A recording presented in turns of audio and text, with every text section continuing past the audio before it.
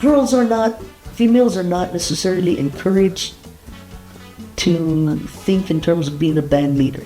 It's like, oh, how nice she plays piano. Oh, how nice she plays guitar. Oh, how wonderful she sings. But there isn't this and now it's different.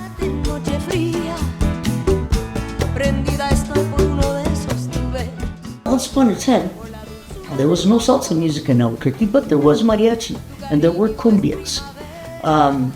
But there wasn't per se a salsa scene in Albuquerque like there is today. And when I graduated, I decided I wanted to make a band, and I did.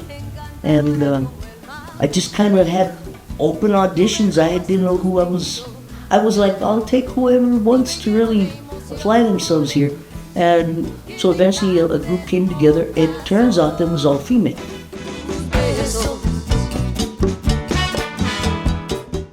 Well, the people who really made it a scene back then were the musicians that played with me, which would be Tony Quinones, Paco Santiago, Victor Rodriguez, Janet Harmon, Maud Beanhauer, Chris Phillips, and eventually Rodolfo Gonzalez came into the scene, Cesar Duvalé. We started a movement, a vibe for Latin music, and the salsa scene started. And there was a club here called the Cooperage. Cooperage would get still every weekend, Friday and Saturday. My mom used to take me to the movies, and it was all in Spanish, and a lot of those movies had mariachis in them. And one time they showed a movie, I think it was called Angelitos Negros, and it was either, I don't know if it was filmed in Cuba, in the Dominican Republic, or Puerto Rico. And I remember seeing those drums. I didn't know what they're, now I know, they're congas.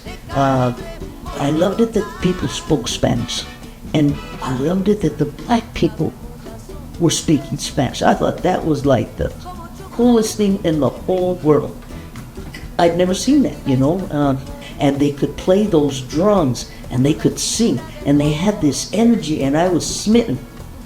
It was over.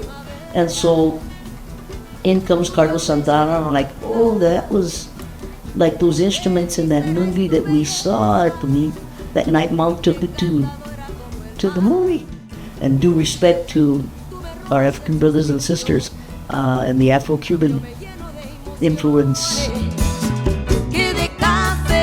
But when I started coming up in the world or playing, I think in the back of my mind somewhere, in the back of my heart, I was always afraid maybe that I wouldn't be received, I wouldn't be accepted. Thank God for my music.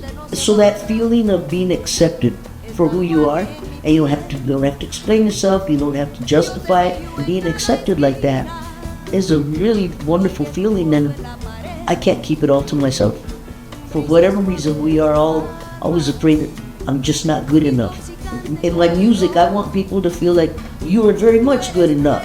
As a matter of fact, we have a spot for you right here. If you want to dance alone, please do. If you want to dance with a vocal, please do. If you want to dance with a partner and get sophisticated about it, please do. Do what you want. What's important is that we're together, celebrating music, coming together as a people, and look at all these friends we made.